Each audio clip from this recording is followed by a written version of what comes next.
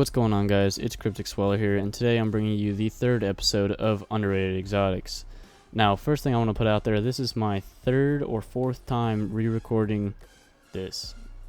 So if I'm not that enthused, that would be why. This is going to be my third or fourth time doing this. But nonetheless, in today's video, I'm going to be going over two weapons, just like always. First weapon's going to be the Gravitron Lance.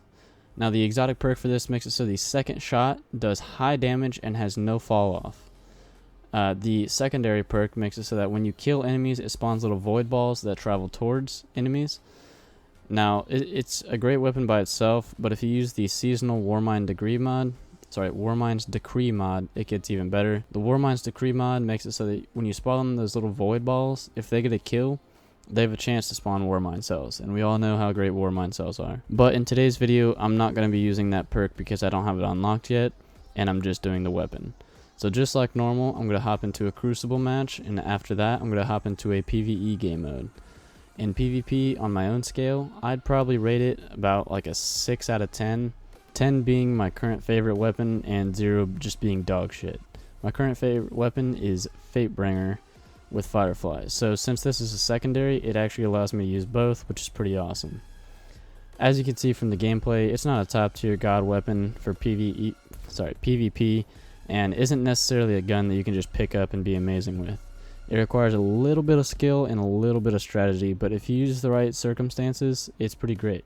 I'm the type of player who usually rocks about 2 primaries. One of them is usually like a close to medium range weapon like a hand cannon, and the other is usually like a medium to far range weapon like a scout rifle or a sniper even though a sniper's not technically a primary. You get what I'm putting down. Pulse rifle. There you go. Pulse rifle or scout rifle. That's honestly usually what I use. Pulse rifle, scout rifle, and then a hand cannon. This weapon's definitely going to fit into the medium to far range weapon category, and it's something that I won't use all the time, but something I definitely need in a lot of situations. For direct one-on-one gunfights, I'd definitely just use my Fatebringer, but other than that, I would definitely use this. And if the enemies are stacked, they'll take damage, which makes it easier just to, run on up and finish them off, or toss a grenade, finish them off. And if you're team shotting, this is a great weapon for team shotting, because if you get someone down, or not down, if you kill someone and there's enemies around them, and say you die or something, because you're probably taking damage as you're shooting at all of them, your teammates will be able to just finish the other 2 off just pretty easy.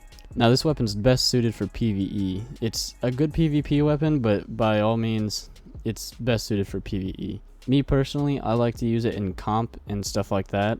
I actually really like this weapon. Now, in like Rumble and things like that, I would probably never use this weapon. But in like comp or elimination or trials, stuff like that, I love to use it, and I'm pretty good with it.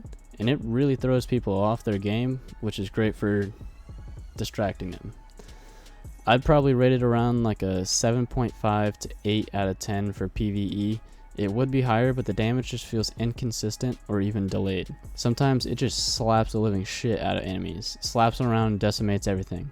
But sometimes it just feels like I'm tickling them. Like, it's really confusing. Most of the time, this is an amazing weapon, but sometimes the damage numbers are just really throwing me off. Like, I'll just be unloading a mag into someone, usually yellow health, and it just feels like it's not doing any damage at all. And then the other times I shoot them like with 3 bursts and they just blow up. I honestly feel like this weapon is a little bit bugged in PvE, because I don't know, maybe I'm just doing something wrong. Maybe I'm missing my shots and not realizing it, but it's just that it would be higher if it wasn't glitched occasionally. But saying that, most of the time, it is an amazing weapon, and sometimes the damage numbers are close, if not the same, as my high-impact LMG. You'll probably be seeing that in the background. I showed it off on a few different people and on the boss. So, that's the Gravitron Lance. Now we're going to be moving on to the second weapon, which is the Arbalest. This weapon is a linear fusion rifle as a primary and uses special ammo. Its exotic perk allows it to break just about any elemental shield with 1 shot, even though it's kinetic. Its secondary perk says that once you break an enemy's shield, it's more susceptible to kinetic damage for a short time. So if you're on a fire team or something like that and you pop his shield, say you gotta reload, or all 3 of you can just start laying in on him, he's done. There's no way he's living after that. Now for Crucible, I'd probably rate this weapon like a 8 to 8.5 out of 10. And I actually recorded this video yesterday, but the file got corrupted. And let me just say, I was absolutely cracking off with this gun. Headshot after headshot. I got 8 kills in a row and 14 to finish the game. Now, if you know me, usually 4 to 5 kills in a row is just about the max I'll ever get. And I got 8 kills in a row. Now this weapon is pretty amazing if you've got decent aim. Not amazing aim. If you've got decent aim, this weapon's pretty amazing. And it's great for team shotting too, because you can just pop someone and they're basically dead. Teammates just finish them off, or if you get the chance to pop off a second shot, go ahead.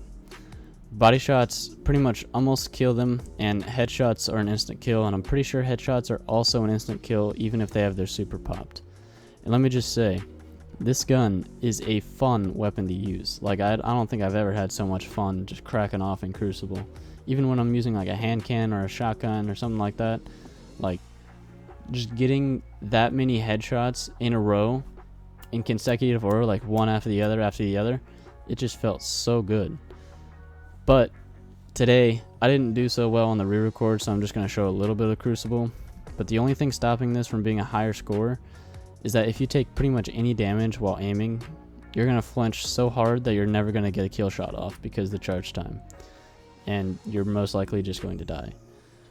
This would make for some really cool montages though. Now onto PvE.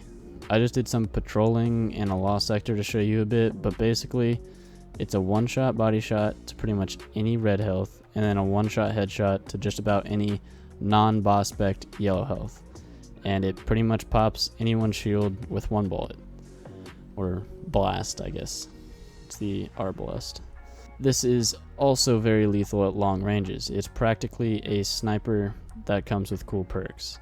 For PvE, since this weapon is pretty situational though, I'm probably going to give it like a 6.5 out of 10.